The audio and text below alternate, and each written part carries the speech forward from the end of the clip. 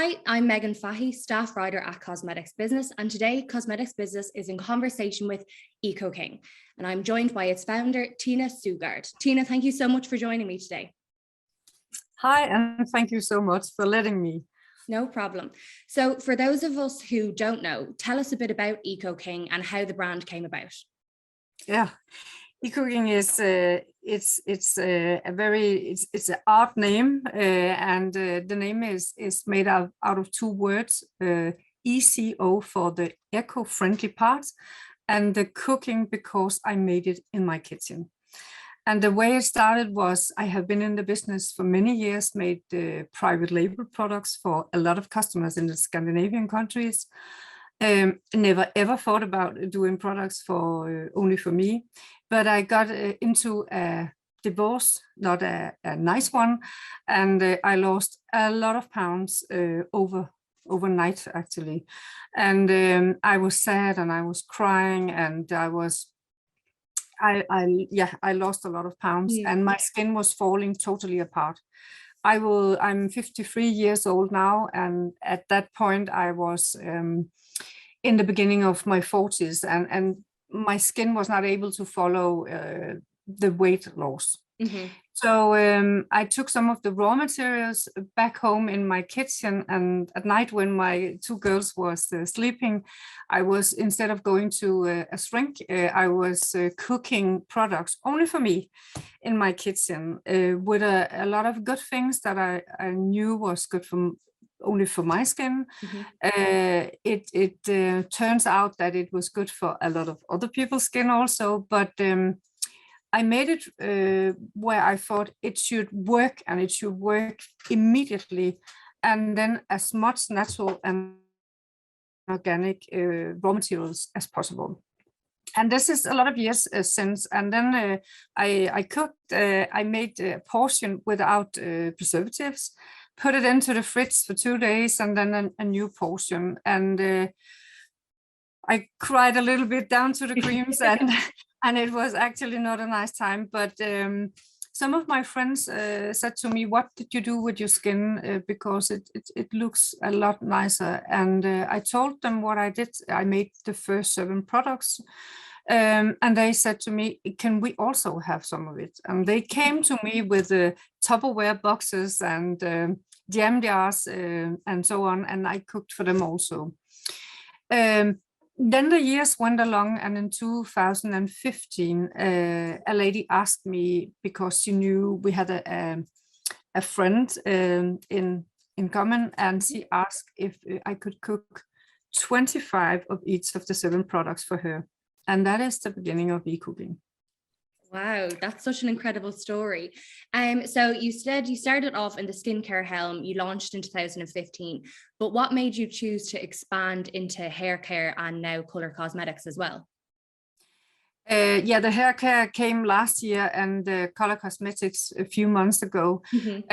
And it is actually because I think we should not only care for our skin, we should also care for the skin on our body, but also our hair, and especially also in the makeup. So when we put on makeup, it should actually work like a day cream at the same time. So the raw material we put in, and some of my favorite are hyaluronic acid and the niacinamide, and a lot of vitamins. I also, when we put that into the skincare, when we launch something new, it could be for the hair care or the makeup, then we also combine those things. So yeah, that's why. Great. And then off the back of that, I suppose, how have you kept your ethos from your skincare into your hair care and color cosmetics? Because I know honesty and transparency are such key values for you as a brand. Yeah, but we kept on doing the raw materials is the same. We have the same platform where we tell about the products, and we are doing in Denmark a lot of events where we go out to the different events and explain to the customers exactly what is inside the products, the values, as you mentioned.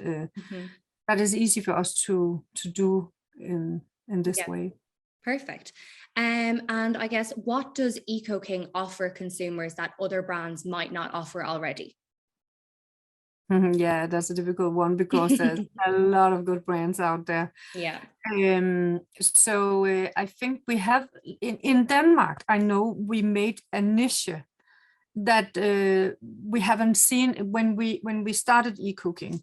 Then the niche that we made in natural and organic, to mix natural and organic skincare with efficiency, that was not seen at that point in Denmark before. So I also think that is one of the reasons that we have a big success. Perfect. If that makes sense, yeah. Yeah, oh, absolutely, absolutely. And I know you've recently launched your first bricks and mortar retail store in Copenhagen, which is absolutely fantastic. Yeah. Do you have any plans on expanding for further retail stores in the future? Yes, indeed, we have. In the beginning of the year, in March, I sold 70% of the company to a UK company called Blue Gym. And together with Marco, who is the owner of Blue Gym, we have made a plan for at least 10 stores in the future, in the near future. So yes, we will do that. So what can we expect from ECooking in the future? What have you got in line for us? Yeah, as it is right now, we have almost all the products. We have hair care, we have skin, we have body, we have also the makeup, and we have candles and so on. So I think we are almost covered, but the digital platforms are giving us a lot of new opportunities that I'm looking so much into expanding that, and also learning a lot, because in my age it's also there's a lot of things to learn. So it's nice that we have an e-commerce team that are great at those things. But I think it's very exciting what we are able to do digital. We will also have some stores, and we will look into different countries. So that is some of the things we will look into. Perfect. Well, unfortunately, that is all we have time for. So thank you so much, Tina, for joining me today. And thank you. If you'd like to see more exclusive interviews like today with ECooking, head over to cosmeticsbusiness.com or head over to our YouTube channel and make sure you hit that subscribe button. Thank you.